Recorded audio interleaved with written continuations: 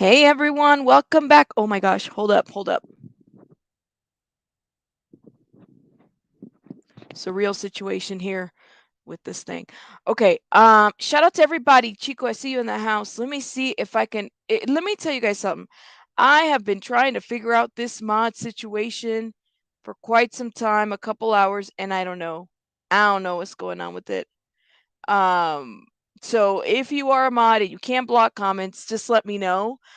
If you're one of my mods in a regular traditional channel, my channel, shoot me an email and send me the URL of your YouTube link or the account that you use, and that way I can add you. It's a change in YouTube and their mods. So it's not me, it's literally YouTube and their changes. So I'm having to go back in there and it works. You fix I don't know what I did though. I don't know what I did. Vic, but you're the only one that I was able to add. Like I have to add Chico to other levels of mods. So just giving you guys a heads up. They're having a lot. Okay, good. It sounds like it's across the board. But shout out to everybody in the chat. Realification, thank you so much, my love, for reactivating and becoming a member. Real. You are. I'm actually doing a countdown of this. We are 9 members away from hitting 200 members on our channel. So definitely excited about that and everything. So shout out to us, and hopefully, we will continue to grow. But thank you. Peekaboo, shout out to Peekaboo in the chat, our member. Who else? I saw Vic. Shout out to Vic. Michelle Diaz. Welcome, Michelle. Shrinking Sharon. Shout out to Shrinking Sharon. Who else? Who else do I got in this house? Who else? Who else? Who else? Jalen. Welcome, Jalen. Liz. Yes. Okay. Who else? I don't want to miss my beautiful, wonderful members. Clover, how are you? Vivacious Confessions. How are you? Finally, you're able to make it. Finally. Daisy Girl. Yes, welcome. It's Wednesday, guys. We're almost done with the week. Halfway there. It's Wednesday. Oh my gosh. All right. Who else? Sarah. Darcy, of course. Sakina, how are you? Thank you so much for coming through today. Angie, welcome. Oh my gosh. All right. Okay, hopefully I don't break this internet thingy here. I'm trying. Hey, Tia, welcome. Welcome. So much to talk about tonight. So much to report tonight. Patty's present. Shout out to Patty. Patty, thank you so much. You noticing the verbs, the words that were being blocked and everything totally helped out because there is an issue with the mods, what they're able to do and not block. So, and it's not just my channel, it's other channels as well. Thank you. Let's get us started, Willow. Justice for Shanquella. CL, welcome, CL. Yes, hit that like button while you're in. We got 51 people in. We're only 5 minutes in. Please hit that like button. Okay. I kind of want to start with, I was pondering this. Look, I drove to Starbucks today. And I told the guy, I said, I need something. I need like an espresso or something with like 50 shots of something because I was really tired. And also my brain is kind of hurting a little bit because in my mind, I was reading the report for Shanquella yesterday. And then I kept thinking and thinking and thinking about just everything that has happened up until now, right? I don't understand. I don't understand. I don't know if we should be upset at who we should be upset at this point. You have the Cabo Six, okay, who we should all be upset with, right? Queen, thank you so much for becoming a member. Thank you. We should all be upset with the Cabo Six. The incompetence of what happened in this investigation in Mexico is another point to be upset about. Then you have the FBI, another organization, agency to be upset about. And then you have this plea for the White House, Biden, for Kamala, for all these people to get involved, another group of people to be upset about. Who do we get mad at?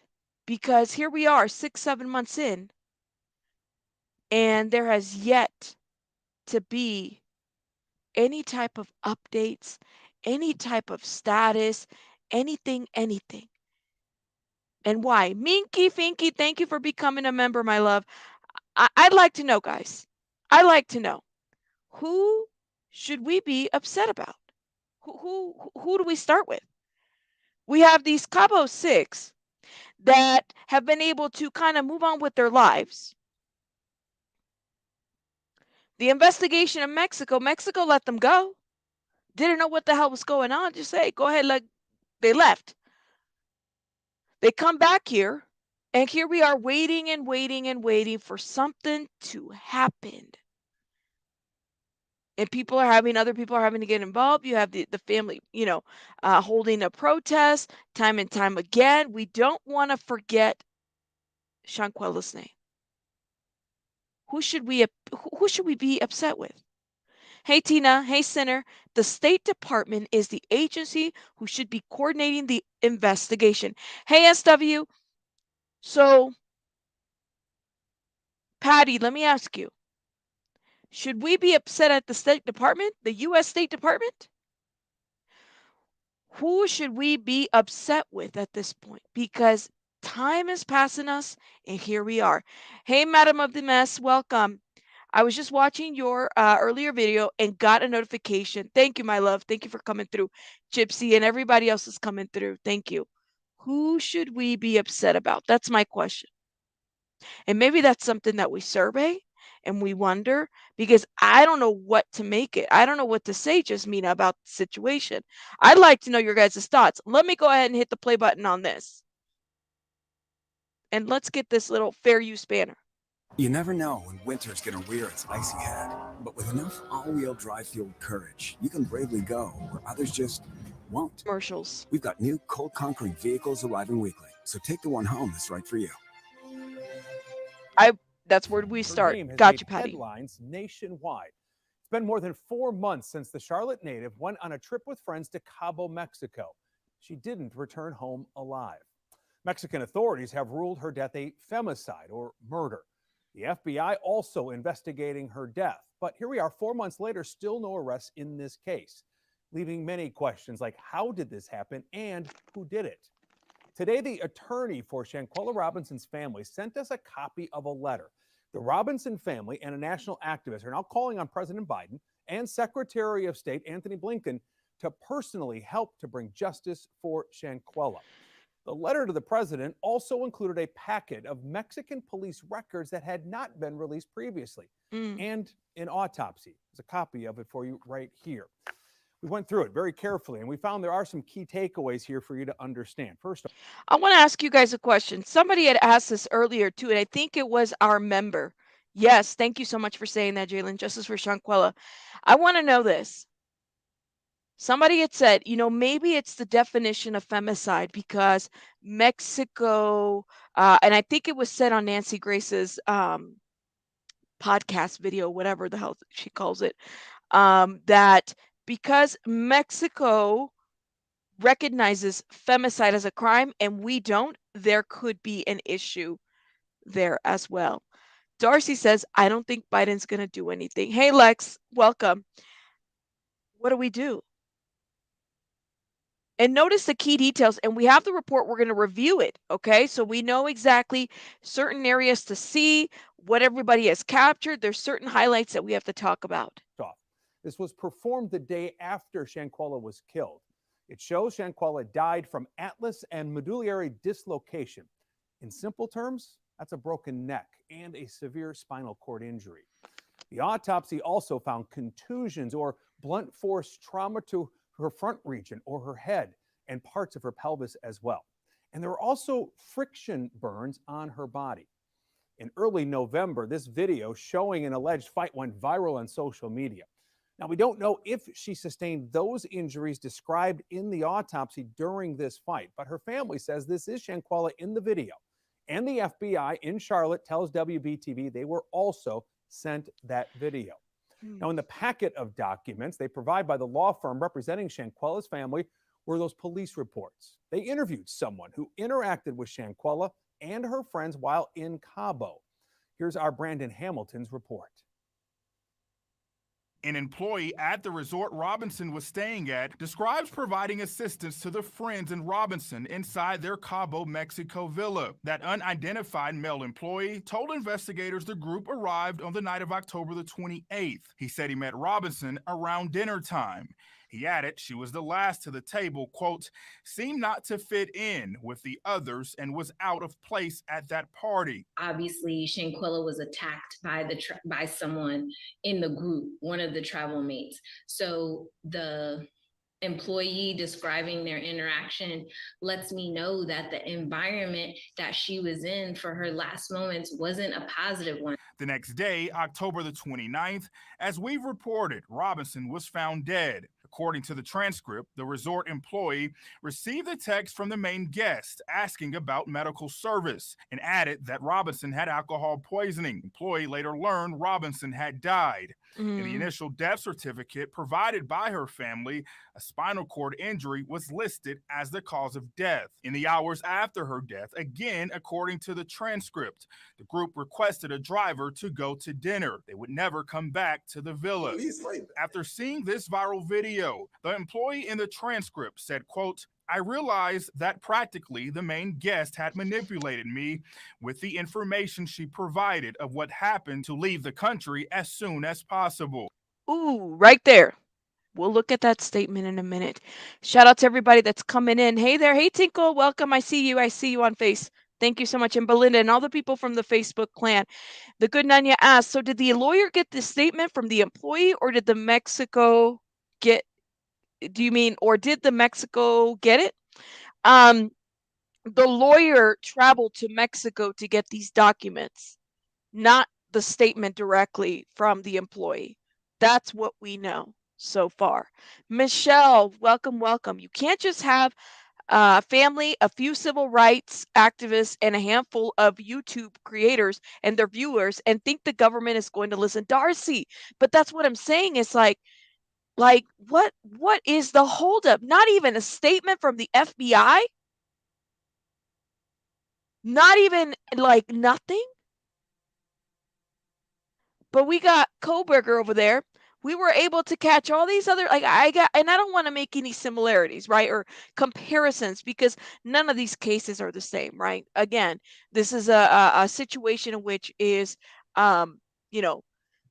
two different countries involved. We can't really compare oranges to apples. I completely get that. But what is the holdup?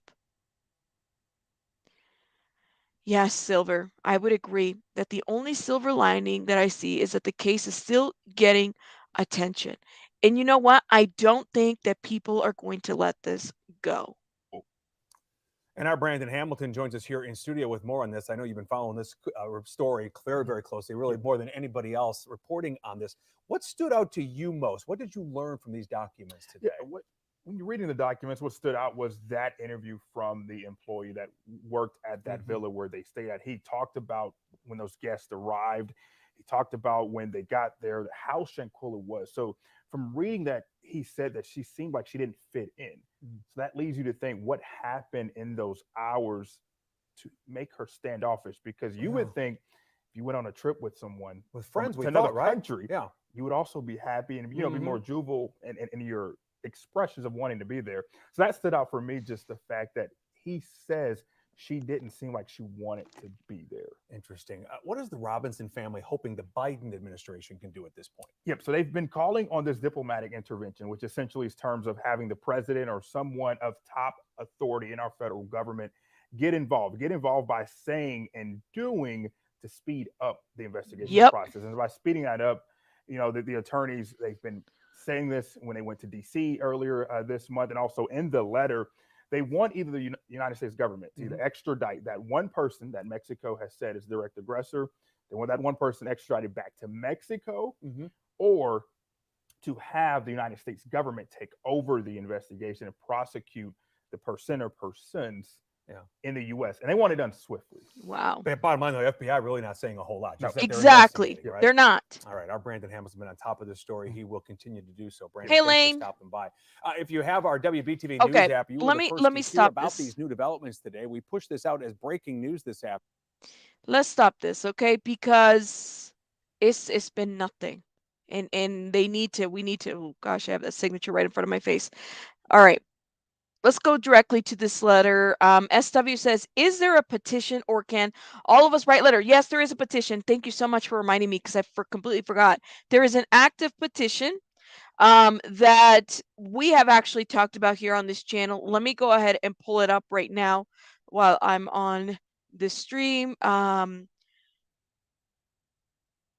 this petition is actually led by Daejhanae Robertson here on YouTube. And it has so many freaking signatures. It is awesome. Awesome, awesome. Here it is. Let me put it on the stream. We have over 38,000 signatures. Okay. And this petition, let me tell you what I love about this petition is it's got steps and updates as to everything that has happened. Please review the petition and sign it. Okay. There's been a lot of great support to bring light to this situation. I just put the petition in the chat. I could see it over here on the iPad, and I see it on the StreamYard, so I'm making sure that everybody can see it. I see the petition there. If you guys can share it, review it, and sign it, that's one way to help with the situation. The more signatures that we can get, the better. We have over 38,000 signatures in there. Why haven't we gotten a response from anybody? Why is this being ignored? Not even a statement from the White House and the FBI. We haven't heard anything. We'd like to know, Mr. President, Mr. FBI, whatever. What happened? What's the deal? Hey, Kathy, what is the deal? Let's read this letter that was sent to the White House by Benjamin Crump and as well as Sue Ann, the attorney that are representing the family. It starts by saying, hey, blank screen, on behalf of the family of Shanquella Robinson, we write to request an immediate diplomatic intervention from the United States government in this transnational criminal case. The case involves the death of Shanquella Robinson, a 25-year-old ambitious, bright entrepreneur and American citizen. Shanquella traveled to Cabo San Lucas, Mexico on October 28th, 2022, and was reported dead in a luxury villa in Cabo on October 29th, 2022. Her 6 travel mates, and there are footnotes to this letter, okay? They put a 1 in there. On the bottom it says, see the villa guest registry dates, October 30th, listing all the travel mates. Her 6 travel mates returned to the United States the next day. 3 of the 6 travel mates, Winter Donovan, Khalil Cook, Daejhanae Jackson, would transport Shanquella's luggage from Mexico to her mother's home in Charlotte, North Carolina. They would give their condolences and inform Miss Robinson that Shanquella passed away from alcohol poisoning. On November 16th, 2022, one of the travel mates shared video from a cell phone camera around the campus of Winston-Salem University, the college that Shanquella Robinson attended. The video shows Shanquella being beaten in the villa while naked by one of the 6 travel mates, who was identified by a witness as Daejhanae Jackson. And there's a footnote, and it says, see certified translated witness statement on page 52, dated November 19th, 2022. An autopsy report prepared on October 30th, 2022 in Mexico by medical examiner Dr. Rene Adalberto Galvan Osegura. Sorry, I cannot say that last name. Osegura, sorry. I got it. Osegura. Noted that Shanquella's body had a head injury. Another footnote to that. See certified translated pages 4 of 4. The report from the director of the Forensic Services Department of Legal Forensic Medicine. Okay? Note that Shanquella's body had a head injury and concluded that Shanquella's cause of death was a broken neck. After the video of the beating of Shanquella Robinson surfaced online, the Attorney General's office in Baja California Sur initiated a criminal investigation. As a result of the investigation, a warrant was issued for Daejhanae Jackson by Mexican law enforcement. One of the 6 travel mates who fled to the United States after Shanquella Robinson was pronounced dead. Another footnote there. Ms. Jackson was identified as the perpetrator of femicide against Shanquella Robinson, a homicide based on gender. Now, again, United States does not recognize femicide as a crime here. Keep that in mind. If a United States citizen commits homicide in Mexico and returns back to the United States, as you are aware, they can face criminal charges in the United States under federal law or state, depending on the circumstances of the crime.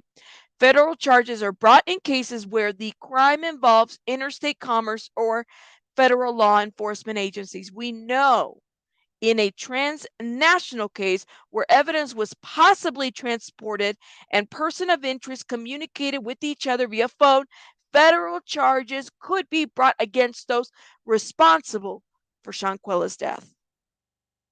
Under federal law, the most likely charge that could be brought against someone primarily responsible would be a violation of 18 USC 1112, which covers manslaughter and involuntary manslaughter.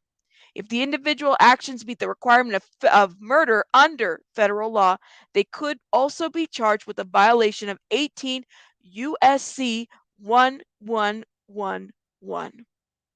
Federal charges that could be brought against co-conspirators to a homicide include conspiracy to commit murder, aiding and abetting, accessory after the fact, and obstruction of justice. Let me read this real quick.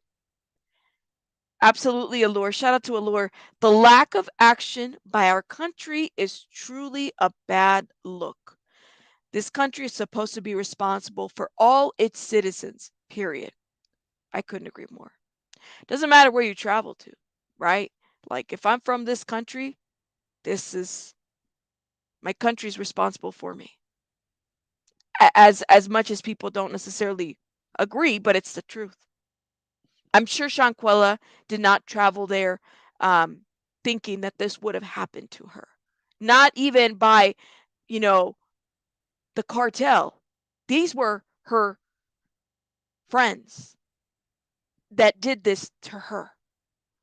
It wasn't like it was this person and they set her up. No, these were her friends. And I say that loosely, that murdered her, because I'm assuming who travels with enemies. Let me know who travels with enemies. I don't like somebody. The last thing I'm going to do is sit on a plane or go be at a villa with them. She was vulnerable. Let's continue with that letter. As you are also, of course, aware, transnational criminal cases can be complex and challenging to resolve, especially when they involve individuals and entities in different countries. We understand each country has sovereignty over its own citizens and that each country has its own legal systems, which can create issues. We also understand that there's a protocol for the resolution of transnational crimes. Despite reaching out to the consular authorities who are tasked with being the family's guide and liaison in cases such as this, we have encountered numerous obstacles in our efforts to receive information for the family on whether those responsible would ever be brought to justice.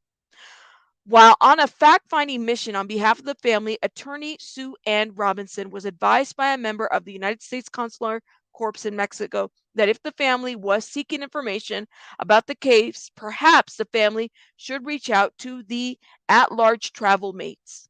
Certainly, this is an unacceptable response to share with a family in regards to their daughter's murder.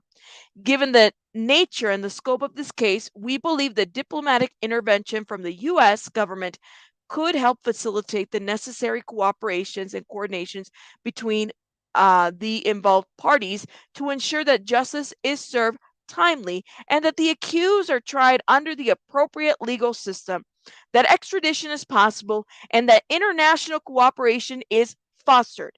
The United States can allow the extradition protocol and turn over individuals responsible for Shanquella's death to Mexican authorities. Alternatively, U.S. federal law enforcement agencies can request concurrent jurisdiction, keyword right, concurrent jurisdiction with Mexican law enforcement agency, which would permit U.S. prosecutors to bring the case in the United States as the involved parties are U.S. citizens.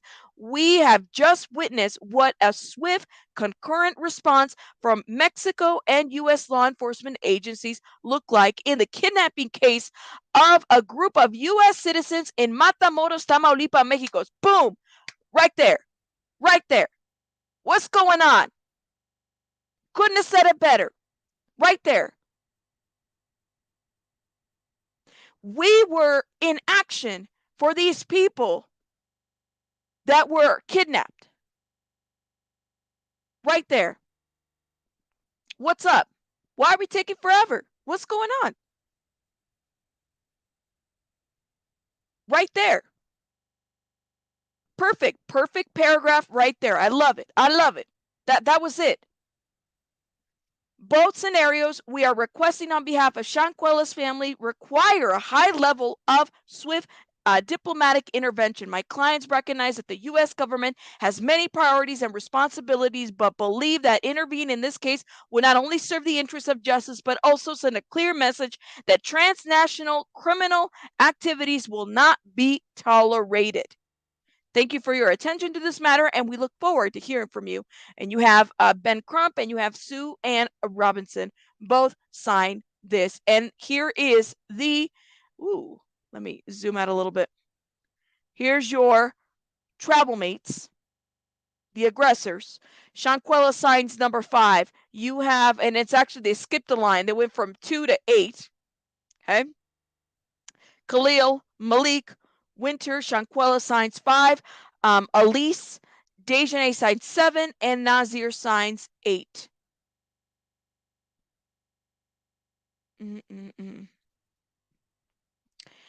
This is ridiculous. Beyond. I'm sorry, but it's true. Here we have the Baja California Sur State Attorney General's Office. It had the official seal. I guess this is the interview report, one of the ones that they provided. The person that they interviewed was Santiago Miguel Marroquin Gonzalez. Okay. And they had it at the Justice Center, at the Criminal Justice Center in San José del Cabo. All right. They are the manager of the villa. And like I said earlier in today's live, they had it officially translated. You could see by the signature. I know you guys see my signature up there, but I'm going by my cursor. It's going around. I'm going to go slow. This is where the signature's at. So they had some translation for these transcripts. And it reads, I am the administrator of the Villa Casalinda 32 Colonia La Playa Residential Puerto Los Cabos. Residencial Puerto Los Cabos. Calle Padre Quino. I'm trying to get right to where the statement is at. It's just giving us the location. Baja California Sur, where I have worked for more than a year and a half. Once I observed on my cell phone the video circulating in social networks where 2 of the guests who had registered in the villa appeared, where one of them dressed in pajama with shorts and blouse, possible colors pink, white with black, and a light colored cap, appeared hitting another female who was naked. The one who is hitting the other person named Daejhanae Jackson, whom I identified because I served as a translator on the day of the events when the authorities were in the village conducting the proceedings. In the video, it can be seen that the headboard is illuminated by the sun rays, and due to the location of the sun rays, I can deduce that it was between 7 and 8:30 a.m. since the bedroom 1 and 3 are waterfront, and it is easy to deduce the morning schedule since the sunrise on the seaside illuminating those rooms. That is the room number 3, because that is the only one that has a hammock outside of it, and the hammock can be seen in the video. Also, after 10 a.m., the sun ray began to reflect towards the floor of the bedroom. Since there are Is it pergolas? Pergolas? I don't know what that means. Never heard of that. Do you guys know what that is? Pergolas? Let's see. Oh, it's a shade structure. Okay. Pergolas? Okay, I got it. Sorry, I had looked it up real quick. So it's a shade structure. I had to look at it. Never heard it called that way. On the outside of the room, I can also say that in the villa, both at sunrise and sunset are very annoying. So the person here is saying that I can also say that in the villa, both at sunrise and sunset are very annoying for that reason that the owner decided to place the wood on the windows to prevent the sun rays from entering. Gotcha. So to seek sunlight, right? And to block it if those sun rays that are coming in, that can be very annoying, definitely, because no matter what amount of curtains you buy, it could definitely seep right through. I know this because I'm the administrator of the villa, and on many occasions I have been in the room at the time of the morning. Finally, I wish to state that villa was reserved from October 28th to October 31st at 2:22. That is all I wish to state. Signed by Santiago Miguel Marroquin Gles. Gles? Gles. I think that's how you say that. His last name. All right, that's one statement by the manager. Okay, so he is the manager, and he gave his statement. He gave us kind of a good idea of how it looked. Sunset, sunrise. Gave us an idea of how maybe things might have gone down. Yes, it's a fancy word for patio. See, as you can see, I need to get me a patio. I don't have a patio. I need to get me a patio. Right. It's like a patio cover. Thank you. I've never heard it called that. Never heard it called that before. Seems like we are the only ones speaking for Shanquella, social media. Right. How does Daejhanae sleep at night?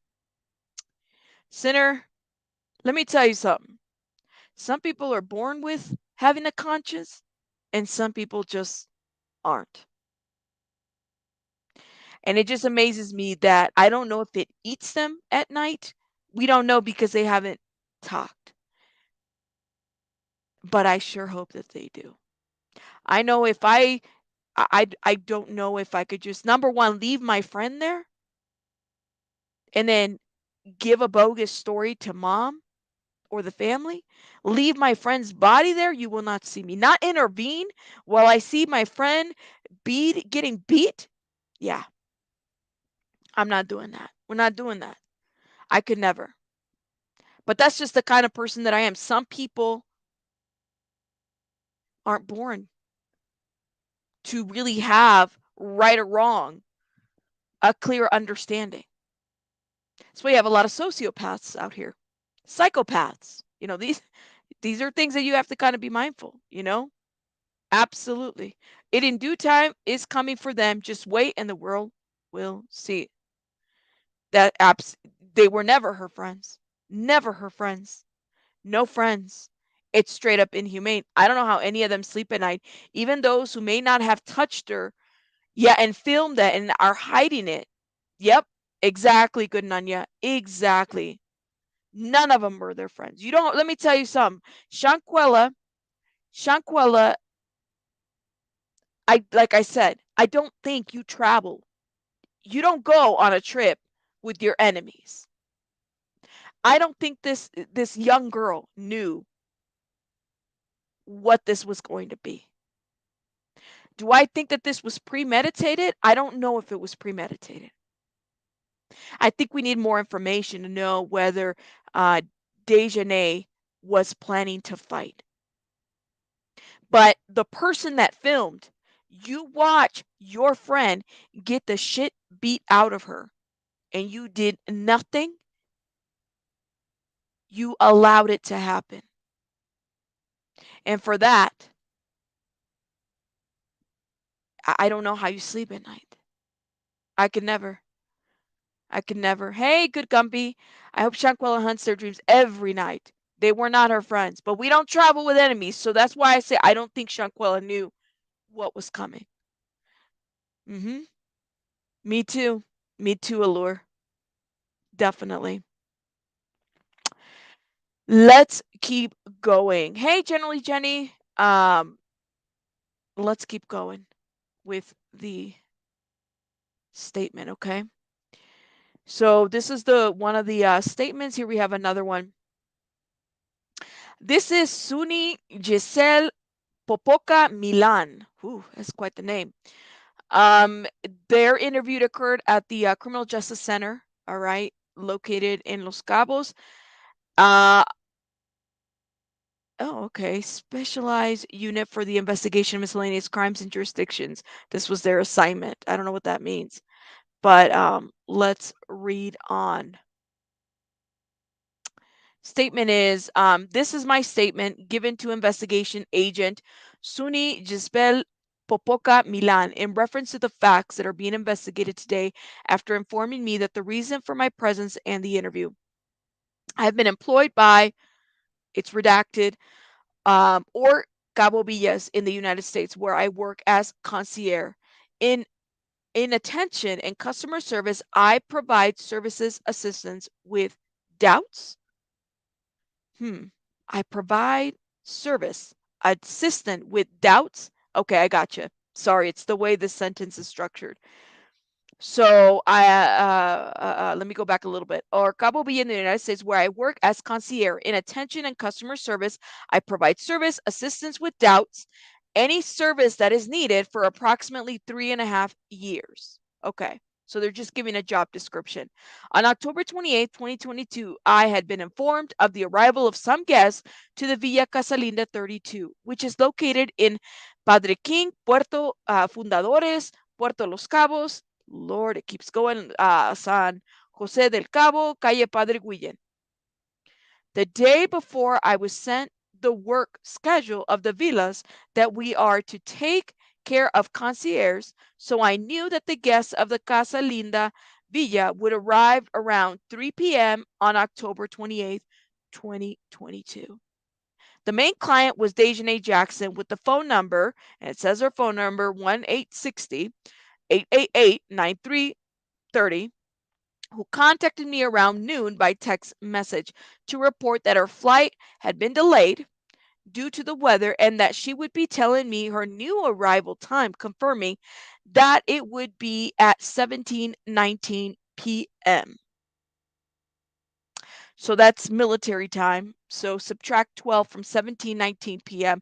Can you guys put it on the chat what time that would be?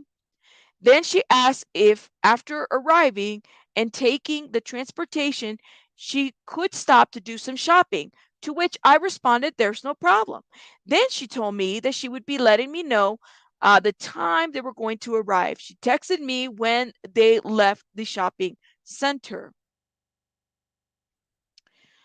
She arrived at the Casa Linda Villa around 20 hours.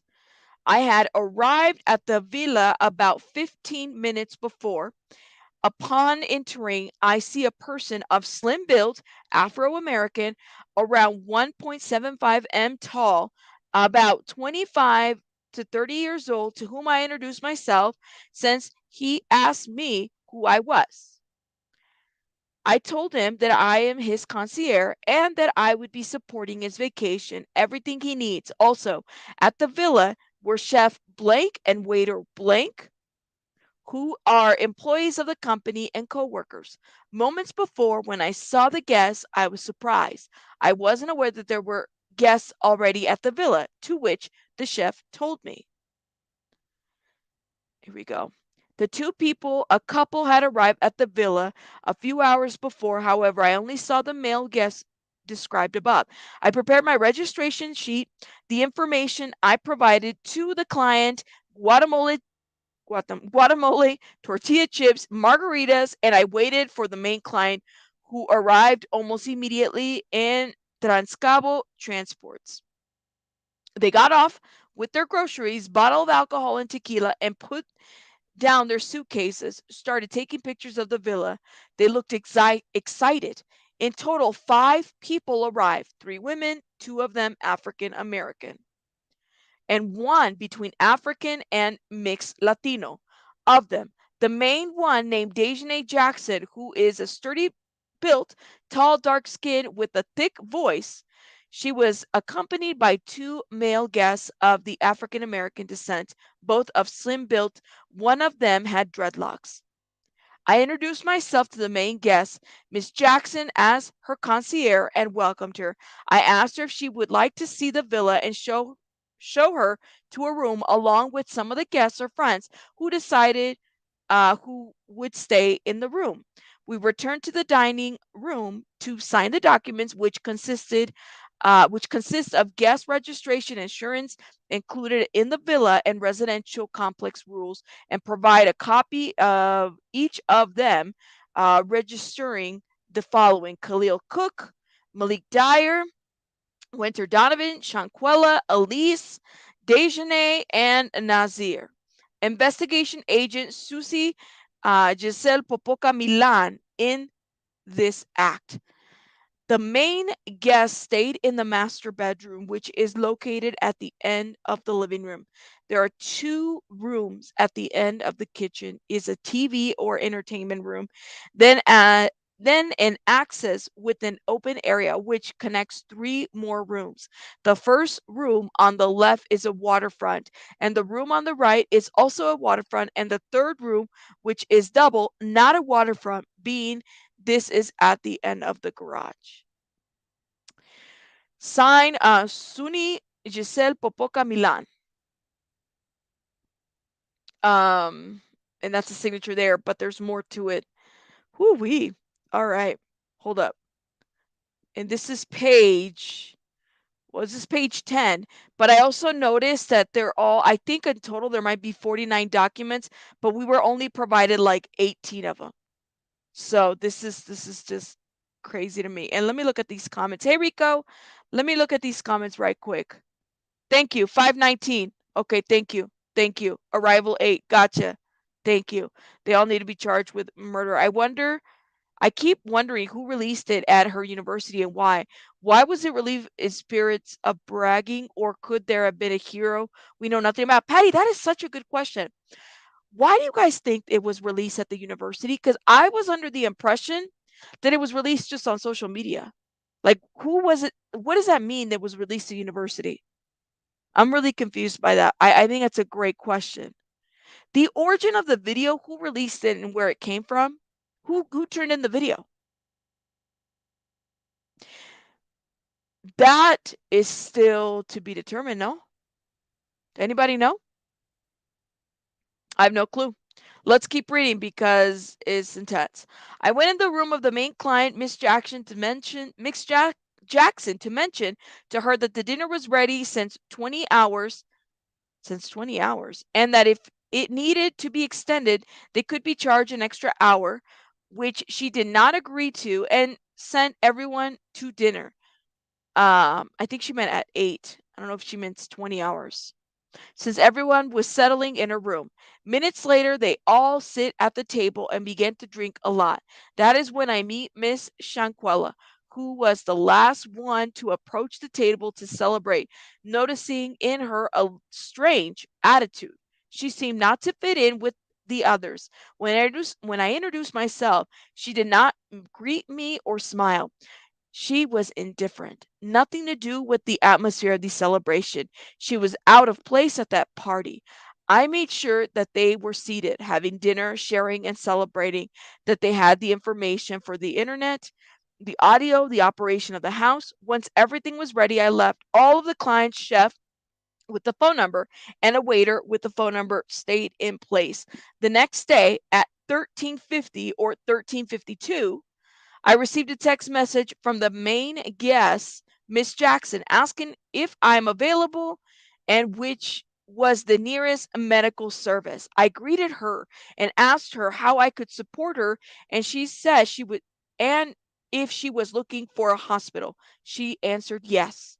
I think my friend has alcohol poisoning and needs emergency services and someone to speak or translate in Spanish for us. I offered to send her a doctor so he could determine if it was necessary to go to the hospital. And I told her that the doctor speaks English. She said, yes, please. I tell her that it costs $100 for the visit plus the medicine. I asked if she agrees, and she answered yes, as soon as possible. I tell her that I will make the call to request the service, to which she answers, yes, please. Around 2 p.m. on October 29, 2022, I called Dr. Blank, who is our contact for medical attention of our guest and whose telephone is blank. Time of death. I wonder if Shanquella had already passed by then.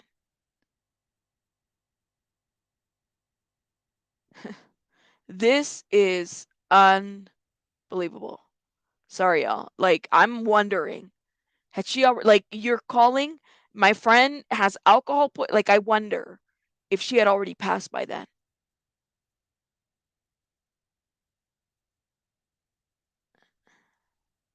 I don't know. Sorry, I had to take a minute because my mind could not. Just thinking in my mind of like, I have a feeling that she had already passed.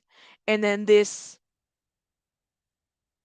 person says, I think my friend needs a hospital. Yeah, send over to determine if she needs to go. I think.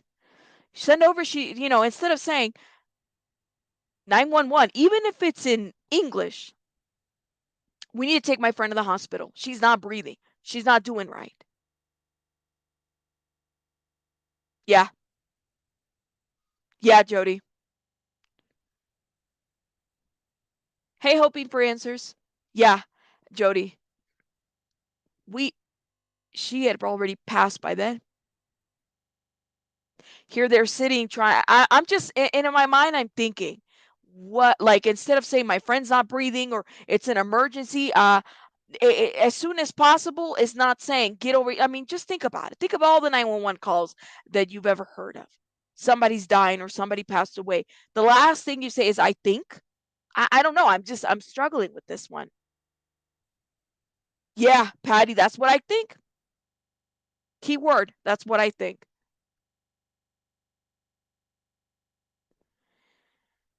They were trying to create an alibi. So they created an alibi by doing all this.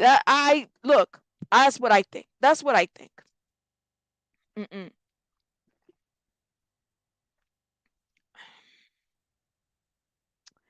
Let's keep reading, okay? Oh, this is crazy, yo. From the last sentence. I tell her that I will make the call to request the services, to which she answered, yes, please, around 2 p.m. on October 29, 2022. I called the doctor Dr. Blank, who is our contact for medical attention of our guest and whose telephone number is blank.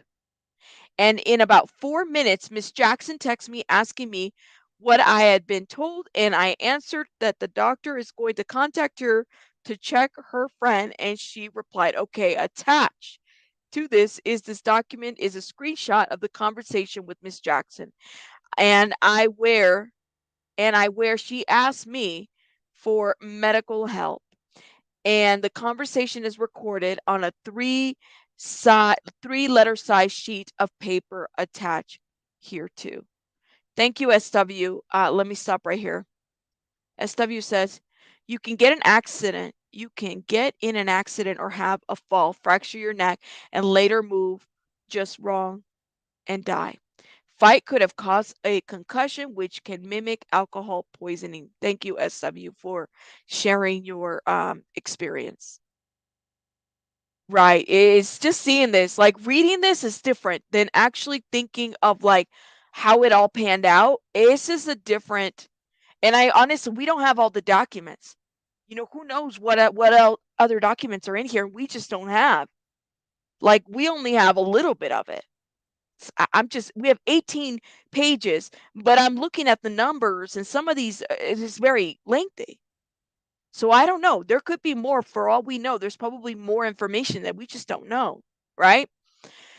So let's see. At 16:25, Blank texted me and told me that the girl has to be hospitalized because after being evaluated, she has to be hospitalized, and that her friends were finding out if they had insurance. To which I asked if she is in serious condition, and the doctor said no. Doctor says she has to be hospitalized. Is she in serious condition? No.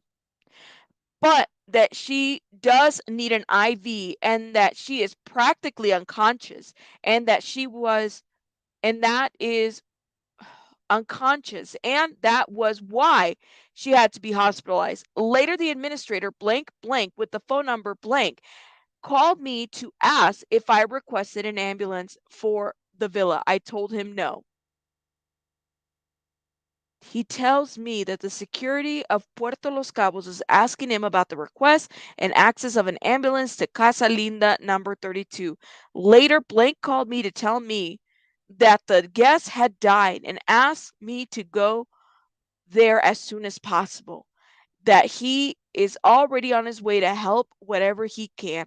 I went to Puerto Los Cabos from Cabo San Lucas. After having spoken with Blank, upon arriving at the villa, I found a couple of municipal officers talking to Blank in the parking area of the house. And one of the guests, who was African American descent, regular built, short hair, was coming and going from the house and calling by cell phone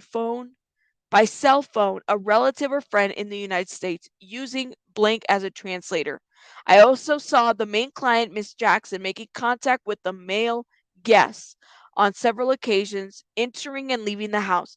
During this time, I'm waiting for Blank to tell me what to do, he are my concierge, since he is my concierge team leader. So I enter the house where I initially observed the guests, relaxed, calm, sitting in the living room area near the bar and table.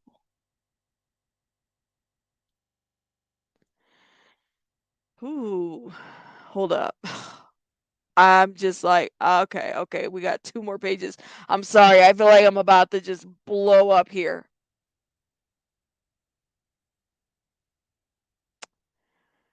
Right.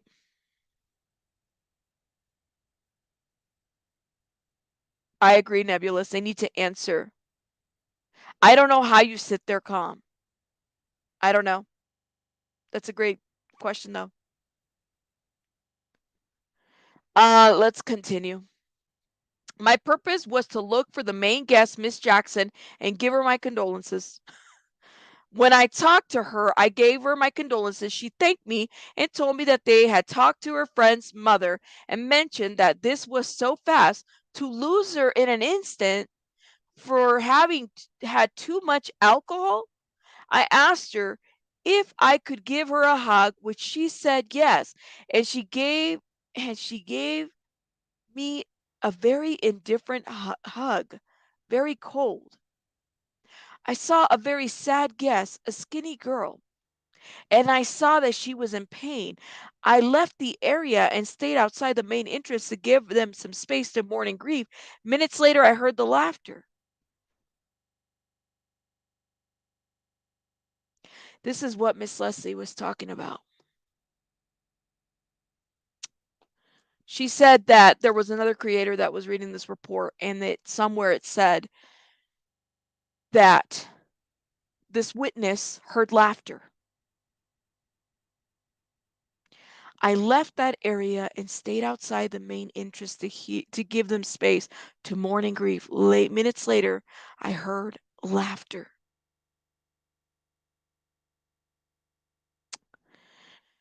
Man, this thumbnail right here, I should be adding more people because these motherfuckers are so evil. It's just evil. That's evil. That's evil. Hey, Jen, that is evil.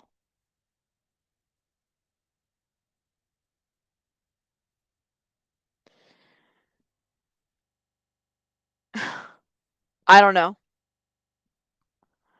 I approached Blank, who told me to leave to go back to my Villa Cabo in to go back to my villas in Cabo San Lucas, that he will be in charge of the following, supporting the clients and the authorities.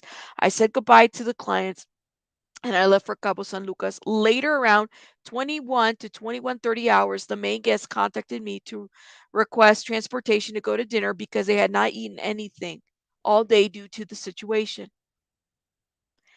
So I called Blank with the phone number, who owns Lands in Transfer, requesting transportation for the clients of the Villa Linda 32 to San Jose to go to dinner because they had not eaten anything.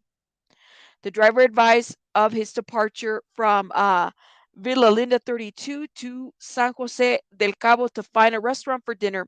At the end of the service, the driver, Blank, with the phone number Blank, reported via auto message on the WhatsApp chat of the Lands and Transfer group that the service had ended and that he had left the guests at the airport hotel. The next day, Blank called me to tell me that the maid was reporting that there was no one in the villa, that if I had notified it, that if I had been notified that they were leaving, to which I replied no.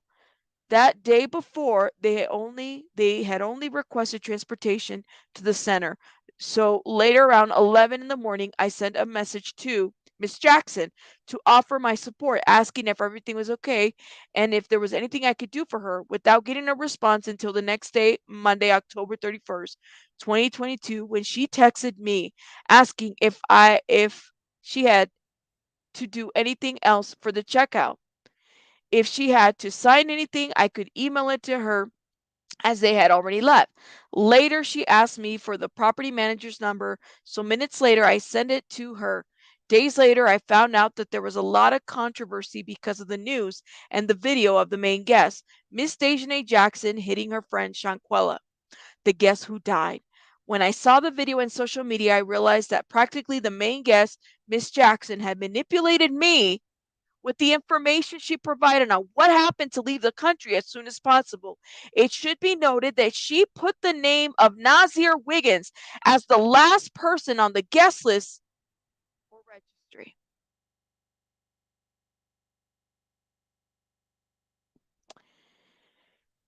My friend, who's also been reporting on this story, Danny Robertson, pointed something. Truth teller Danny, actually, there was a video out there. She has the boarding passes. Nazir wasn't even around when this shit went down. Does he know about it? I don't know, right? He may not have been there after all when it happened.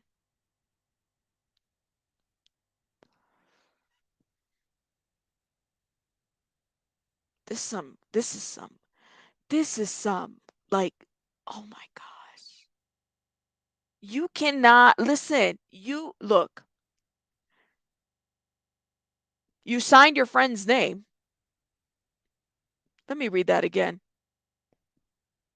It should be noted that she put the name of Nazir Wiggins as the last person on the guest list or registry.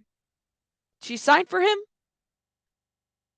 I don't know if this is, I think this is just the check-in page right here.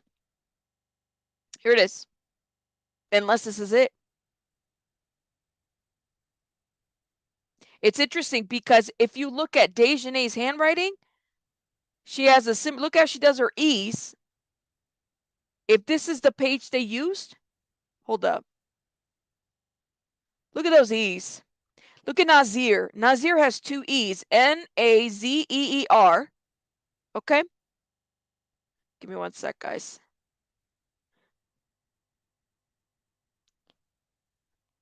One sec, 10 minutes. Daejhanae, look at the way they write their E's. The J's, that's a capital J, lowercase j. Look at the G's. He doesn't have any G's. That's interesting. Let's go. This is so crazy to me.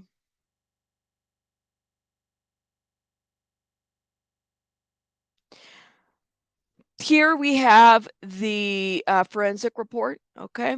And and what they examined and what they did and the method in which they did it. This is the autopsy report. Okay. I'm not going to go through this tonight. I'm going to probably go through this tomorrow. And the reason why I think it's so important to cut things up here and not just speed through everything is because I'm still kind of processing the statements that are being made here. Yep. Yes. Yes.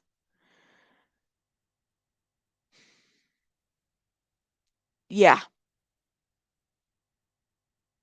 It's a lot to kind of consume. And I think, like, you just kind of have to step back. Like for me, it's like especially that part right there. Ooh, let me take this stuff out of my face.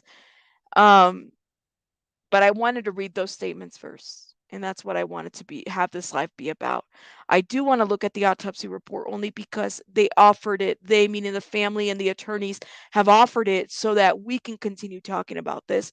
And I think it's only fair to have a live where it's just about that report, and nothing else. And then I just need, like, it's good for processing, and this is why I don't ever rush into things like this. But it's a lot. It is a lot to take. It certainly is. I have a lot of questions too. I do. So what we're gonna do, we're gonna end this live. I want to thank everybody that joined me. We have 200 people here. Make sure you hit that like button. If you're watching the replay, great, thank you. We're going to go back on this report tomorrow, especially on that autopsy report. Let's read it, let's dissect it, and then we can go back and reread some of those statements and let me know your thoughts. You guys have a great rest of your night. Thank you so much for your support, and make sure you hit that like button, okay? Rabbits out.